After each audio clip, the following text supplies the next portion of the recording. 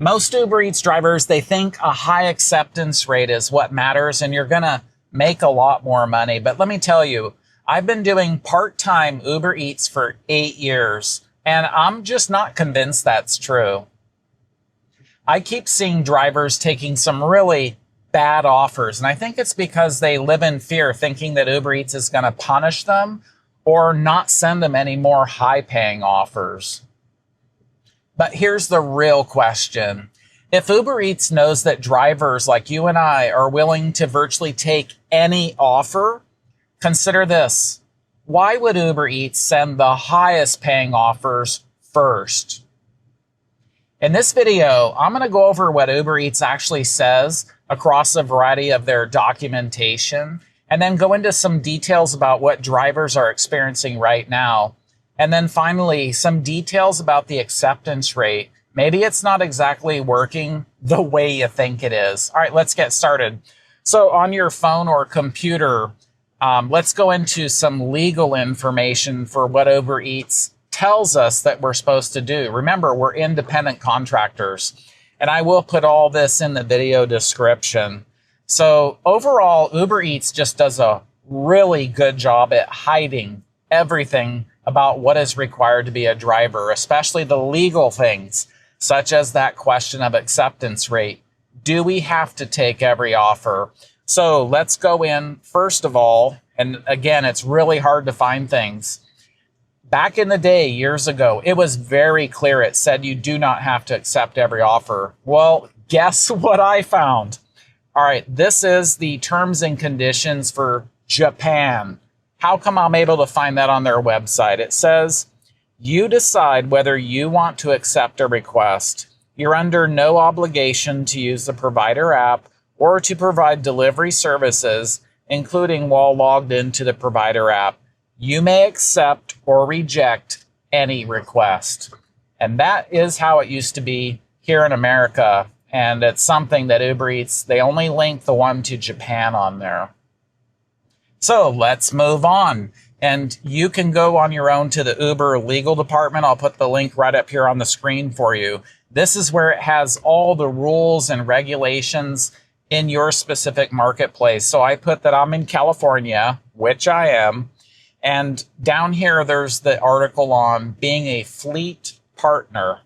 And it says courier terms and conditions, refusal or rejection of deliveries. At a service provider's sole direction, a service provider, which is you and I as the driver, may refuse to pick up or deliver the packages or cancel the delivery after acceptance for any reason, provided at all times service providers must comply with the community guidelines. Oh, wow. Another great document. I'll put the link to the community guidelines there.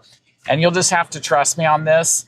They're very vague. Obviously, they're helpful, but they don't clearly say anything about the acceptance rate.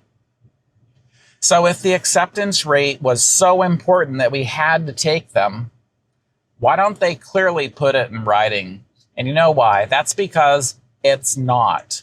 But if you reject too many offers, obviously you can get deactivated for that. But you are never at risk of deactivation if you don't accept offers. And that's kind of going to roll into here of what some other drivers are experiencing. You've heard of the Diamond program. And I like to joke it's the Super Uber Diamond program, the special drivers where you're the top tier. Basically, you just slave away, work 24/7 for Uber Eats, and you get that top tier. So in previous videos, when I've talked about acceptance rate, reassuringly, some of the Diamond Plan drivers have shared they don't see a massive unlocking of high-paying orders, like Uber Eats indicates that you will see when you commit to them wholeheartedly, virtually taking every offer and maintaining that status at a high tier. And you have to keep in mind that over time, Uber Eats always changes these programs. They'll call them different things and require different things of you. So again, this hasn't been like this for years, but recently, within the last year or two, they are saying they focus on acceptance rate. You have to be at certain levels to stay in that tier. But Diamond drivers have reported on my channel, they're not seeing those offers. They see plenty of low pay, no tip, high mileage orders just like I do. at my level.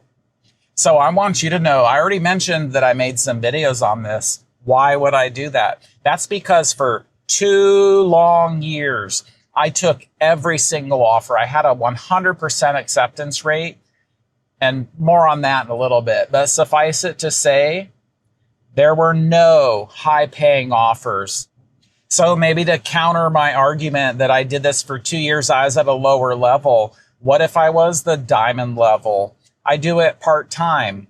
I multi-app, so I'm not ever going to get there. That's why it was helpful for the diamond drivers to share the things that they were seeing at their level. And actually, diamond drivers, please share in the comments right now. Are you making more money with Uber Eats being at that level? Just a yes or no. Thank you. That's going to help everybody who reads those comments to see, is that something that you want to take a chance on with the promise that Uber Eats is just going to send you all these high-paying offers? I think that the higher status doesn't mean anything. Sure, there's some perks, but the biggest perk I like is money. So consider this.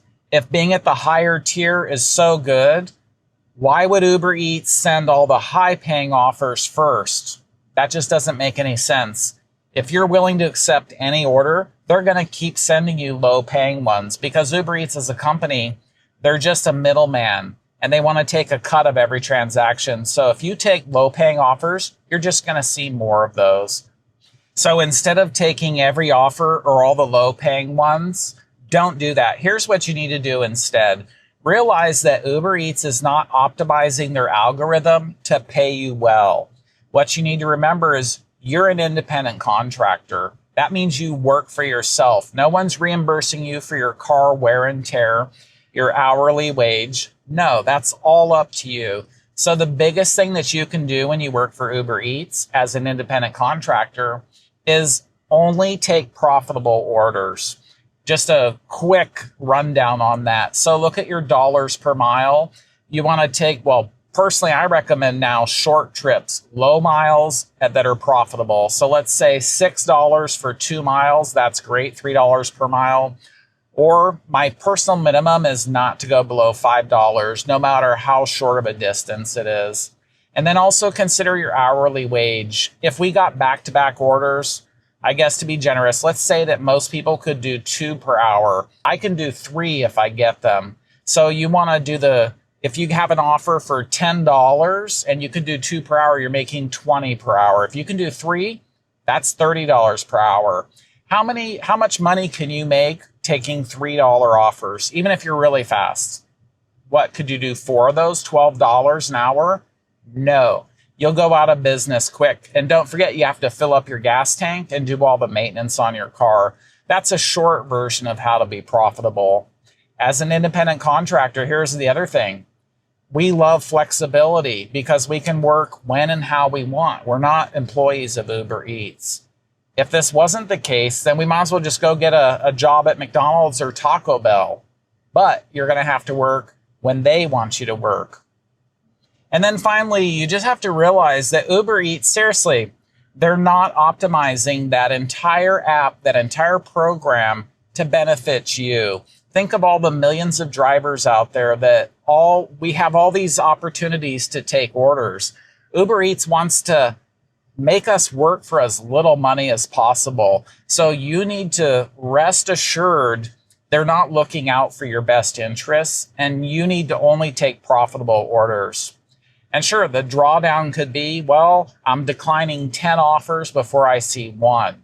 But over time, if you were to take all those low-paying offers, you're going to go out of business. So just be patient and only take the profitable ones. I mentioned cherry picking earlier. If you're on the other apps, across them all, only take profitable orders as they come from the different apps. That way you're not limited to just Uber Eats. This is just a really quick way that you can see that acceptance rate. They're just trying to basically trick you or manipulate you into thinking, I'm going to be rewarded fairly for my work. That's just not the case. Early on, I mentioned how I've done this for 2 years. I took every offer, and I will never, ever do it again. Wouldn't it be interesting to see some of the highlights of what I went through? Well, I've got good news for you. If you have any questions about acceptance rate and what's going to happen to you if you take every offer, I've made a video breaking down that entire 2-year process, and you're going to come away demoralized, but you'll be encouraged because you will never take low-paying offers like I did, or absolutely never take every offer. So watch that video next, and I'll see you there.